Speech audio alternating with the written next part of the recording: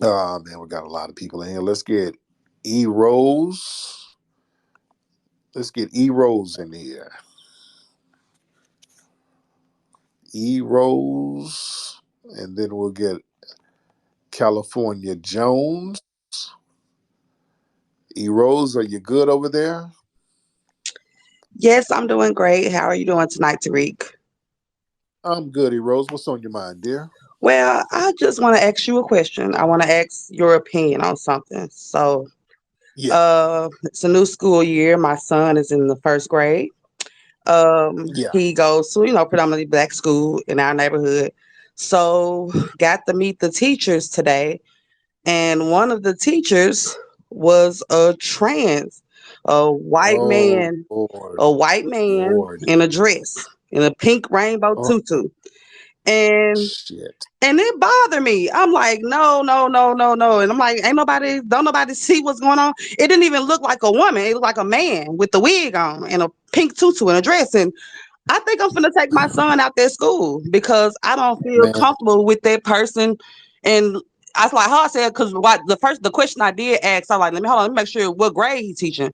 So they got him in pre-K, right? Confusing the kids right yeah, at the beginning, around yeah. these black boys and black girls. This I don't know this person, and I just can't believe that they allow somebody to be in that school like that teaching those children. I just feel like it got to be some kind of limit or laws.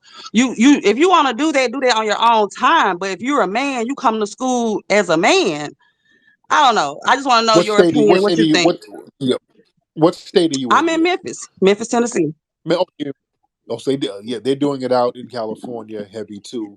And my wife and I were just having the conversation because our kids just started school, and we had a conversation. She was like, "Look, if they start that type of shit real heavy, we're just gonna pull the kids out. We're just not gonna deal with that."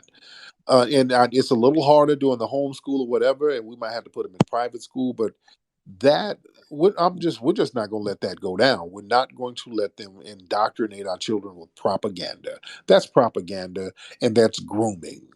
And when it gets so blunt, like if there's a lesbian teacher, okay, that's fine. If there's an LGBT teacher, okay. But when the teachers run around here with dresses and it's clearly a dude, now that it's going somewhere else, and that's going to do something, that has an effect on the kids, and that confuses them, and then they're going to start trying to teach these kids, well, hell, ain't there's no such thing as a boy and a girl. See that, and that's where it's going to go, and that's where the problems are going to be. So we have to start educating our children and debriefing them when they come home from school. We got to find out what they were taught, um, who's teaching them certain things, eh, because a lot of stuff is put in there very subtly. Thank you, sir. Let me get you off and talk because she's in there clicking pots and pans.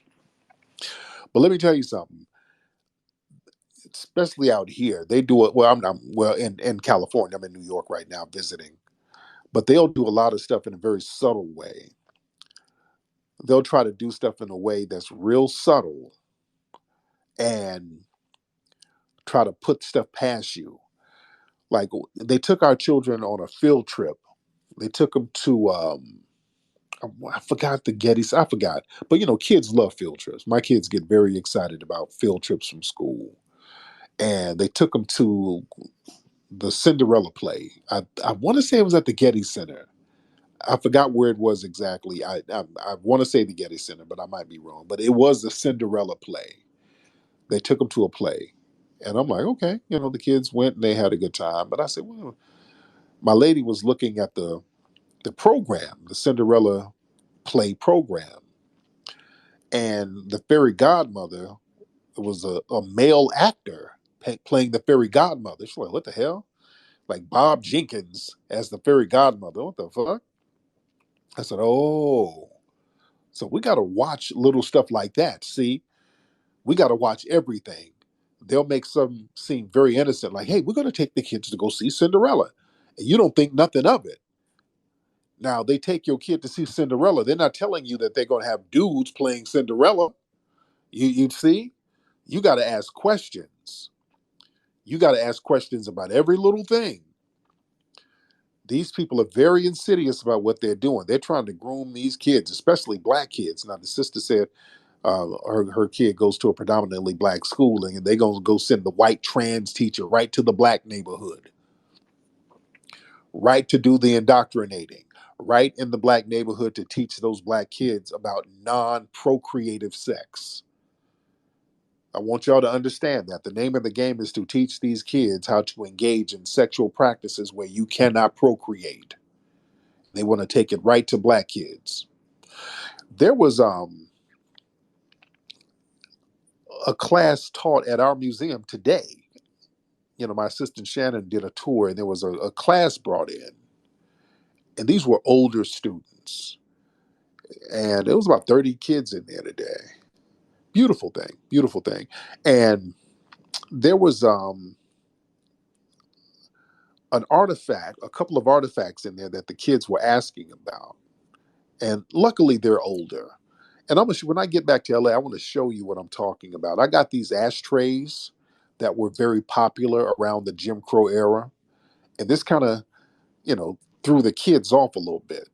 The ashtrays, it shows a black child putting his penis in a fence, urinating, and a duck attacking the penis of the black child. This was actually a very common theme during the Jim Crow era. A lot of white people would have these ashtrays, and the theme was called "The Early Bird Gets the Worm."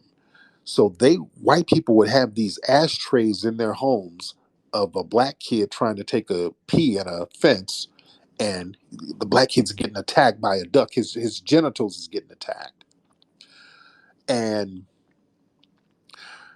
that theme, Dr. Welsing talks about how the black male, even a black male child, the black male genitals has always been seen as a threat to white supremacy. So the black male genitals have always been targeted by the dominant white society. The black male penis and the black male genitals is always seen as a threat, even with the child, because they know that child is going to grow up and he's going to be able to procreate. So this whole thing about attacking black genitals has been a theme in the subconscious mind of the white supremacists for a long time.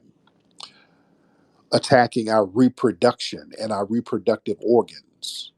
It's a real heavy dynamic. So, and I put that in the museum, even though, and I knew when kids saw it, it's going to throw them off, but I want them to see and understand that at a young age. That's why with buck breaking, there's some very graphic stuff in the movie Buck Breaking, but certain kids at a certain age, they should watch it anyway. I know it's very graphic, but we need to understand what these white supremacists are up to. We need to understand how insidious they are and how deep they go to indoctrinate us. My movies are almost like scared straight programs. I remember when I was a kid, my mama woke me up at like 10:30 at night. It was a school night. She's like, go watch this. And it was the first Scared Straight. Y'all remember the original Scared Straight 1978? I was a small kid and my mother woke me up. I remember like it was yesterday. It was on CBS. It came on at 10:30 at night. She was like, watch this. And I was like, oh my God.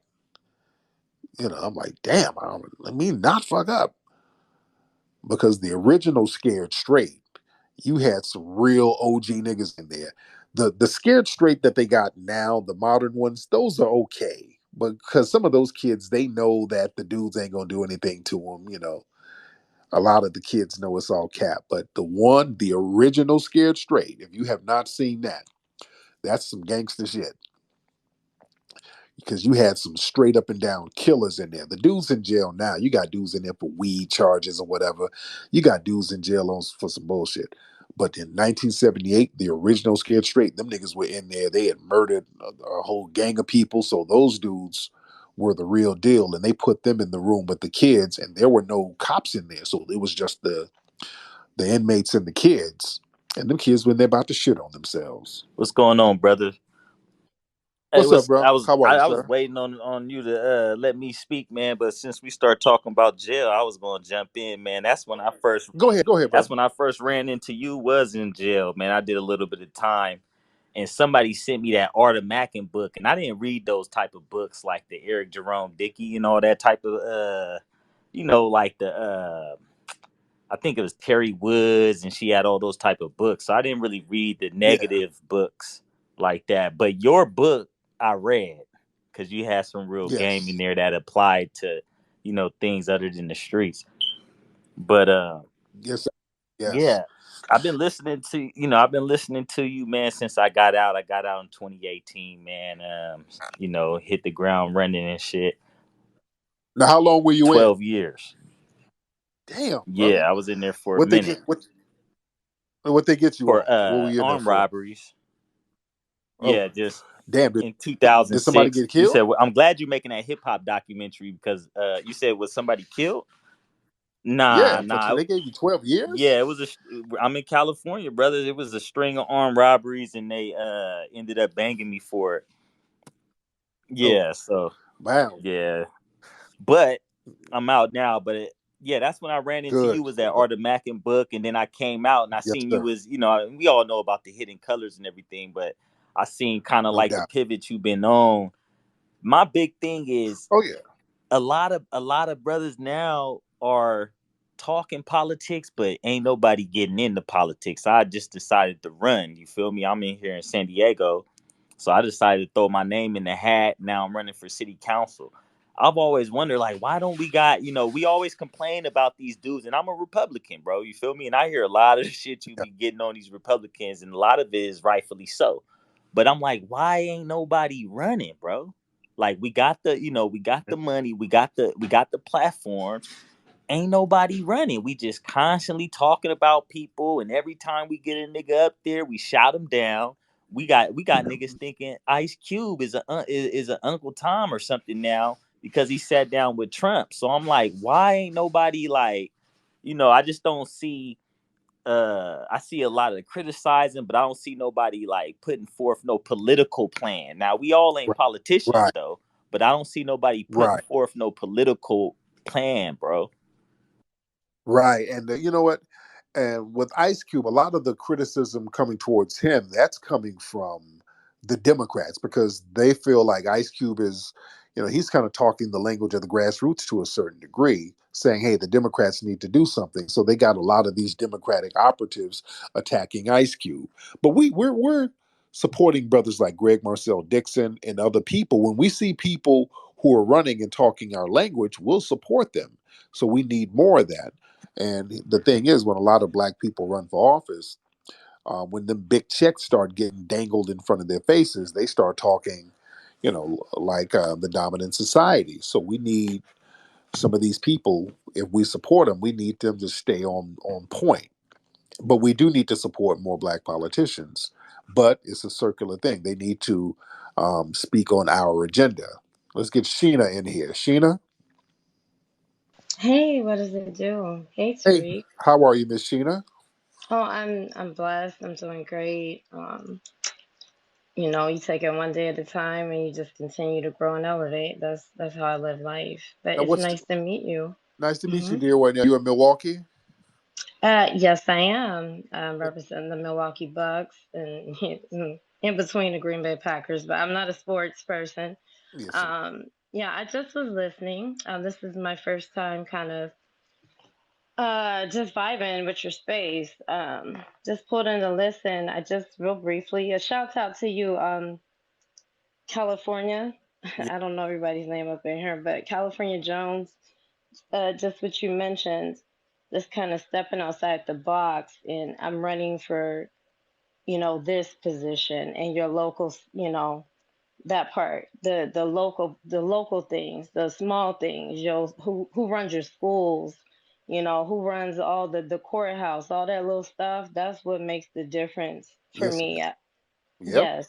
Hmm. Yeah, Tariq, but I literally you guys were touching on a few things, so I don't want to be all over the place because I usually don't like to do any type of religion or politics, especially like it spaces, well, not just spaces, but just in general on any type of media in my career, profession, my professional. I just don't mix it. I'll touch on it as long as individuals can communicate and not, get all, extra, but I salute however you walk, Republican, Democrat, whatever. You Yes, just got to indeed. get out there and represent.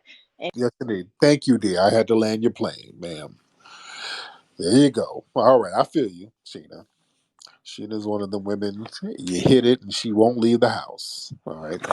We need you to go ahead, man. I got to get some sleep. All right. Had to land that plane.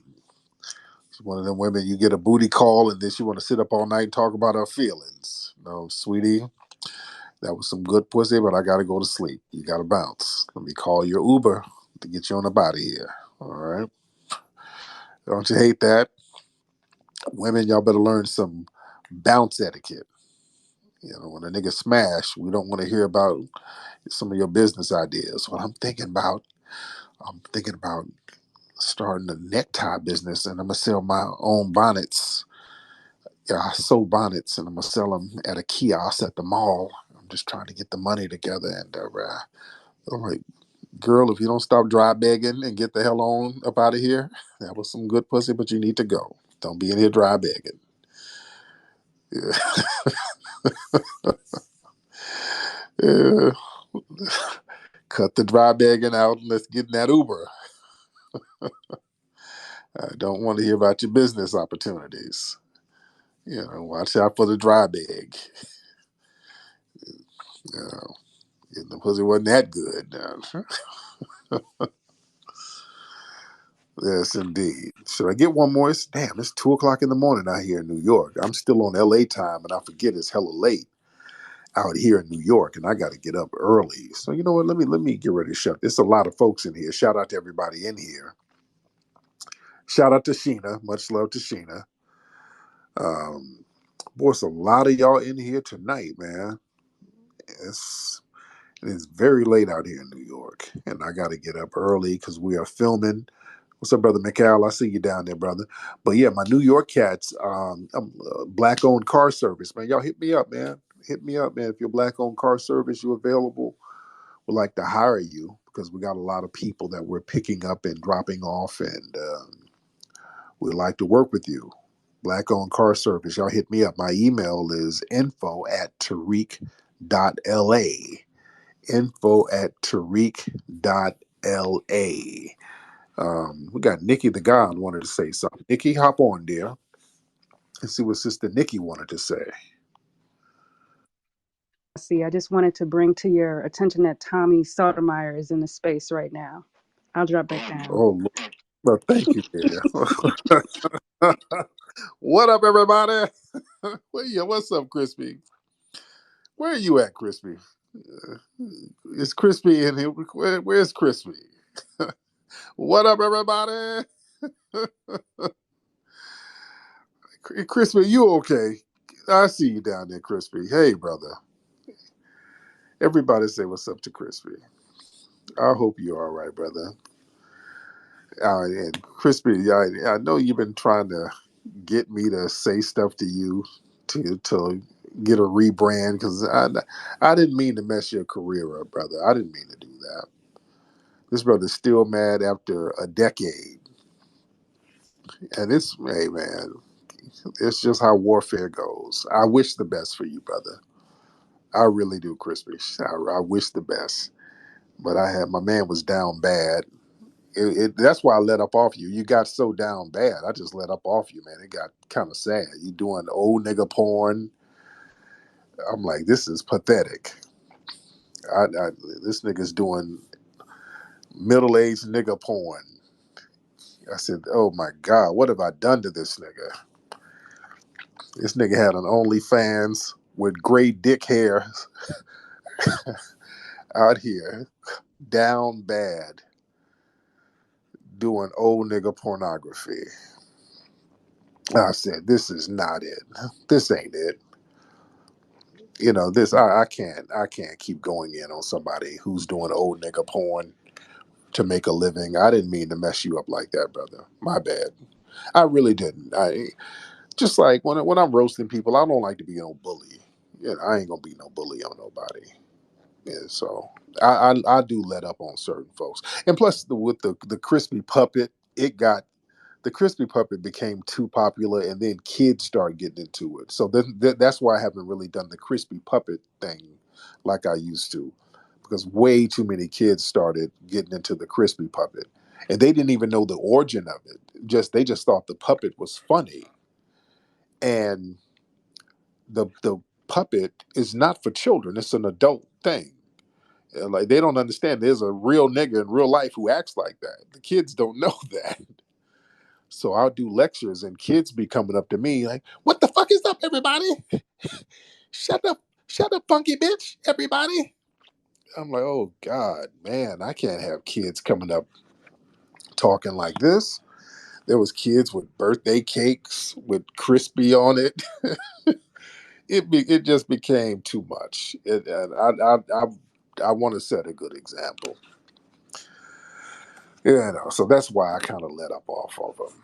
And I hope you're doing good, Crispy. I want you to be the best you can be, brother. I don't want you to be reduced to doing struggle porn. I do not want that. That's not cool. You know, man. Oh man. Let me see who else we got. We got a lot of folks in here. What's up, Sophia? How are you, dear? Uh, let's get viral drip. That's your name, brother. Viral drip. Should I be petty and have a crispy space? Have a crispy puppet? Should we do a crispy puppet space? How's everybody doing, everybody? What up, What up, you everybody? raggedy black motherfuckers? What? Shut up, you raggedy everybody! Get your ass out of here, everybody! You fucking with me, I'm trying to host my show, DJ you Vlad. raggedy black motherfucker. DJ Vlad set me up, everybody. Uh,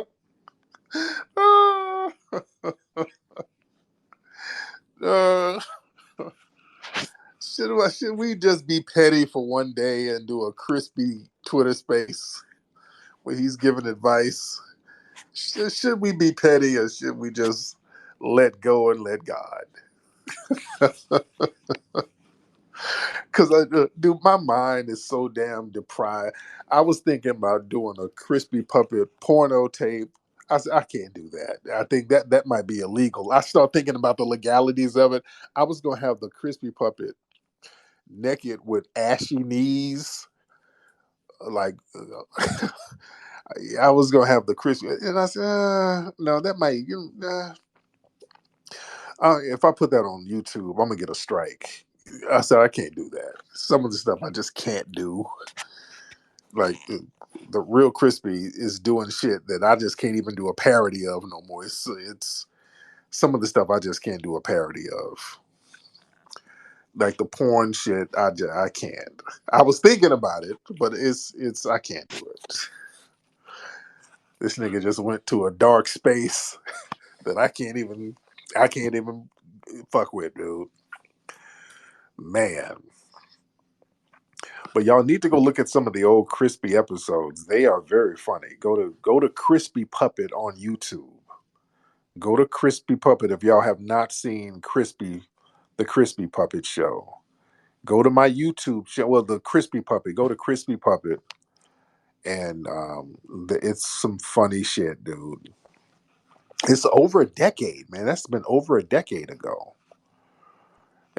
And Tommy Crispy is still mad in real life, brother. This brother is still upset over that.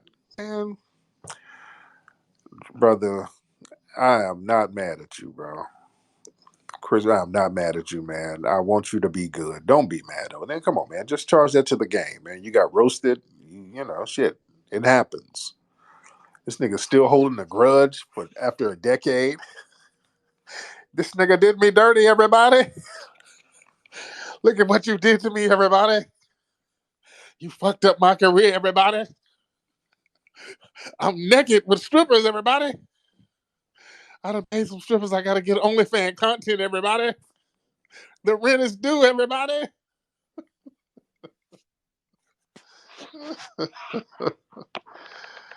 Lord, man. Man. You gonna be all right, Crispy. My brother. Oh man. All right. Let me see. Wait, where's your? I'm gonna invite Tommy to speak. Like, Crispy, I've invited you to speak. Hop on, man. Just hop on and say hi to everybody. I invited you to be a speaker, man. Hop on. Hop on and say hi, brother. I've invited him to speak. Come on, man. Let's get an olive branch. Hop on, Crispy. Fuck you, everybody. He doesn't want to get on. I invited him on. If he wants to get on, he can get on. So I'm still bitter, everybody. You hurt me. Lord. Lord. Oh man. Poor fella. Um, but yeah, I'm out here in New York, guys. I'm out here in New York making it do what it do. Shout out to New York. We'll be filming out here for a few days, doing our thing. And again, shout out to all my LA fam who came out to the rap contest. We had a great time at the museum. It got a little rowdy, but we did have a great time at the museum. So shout out to everybody who came through. Shout out to you folks. And listen, get the deodorant, the Rootwork deodorant at rootworkstyle.com. Rootworkstyle.com. You can get the Rootwork deodorant, rootworkstyle.com. You can get the individual deodorant now. All right. And also get the movie American Maroon at american-maroon.com. We're going to have another event at the museum in a couple of weeks. We'll let you know what the theme is going to be, but you guys got to come out. It's always a treat at the museum. You never know what you're going to see. It's a phenomenal time at the museum. We turn up and have a great time. All right. Anyway, man, y'all be good.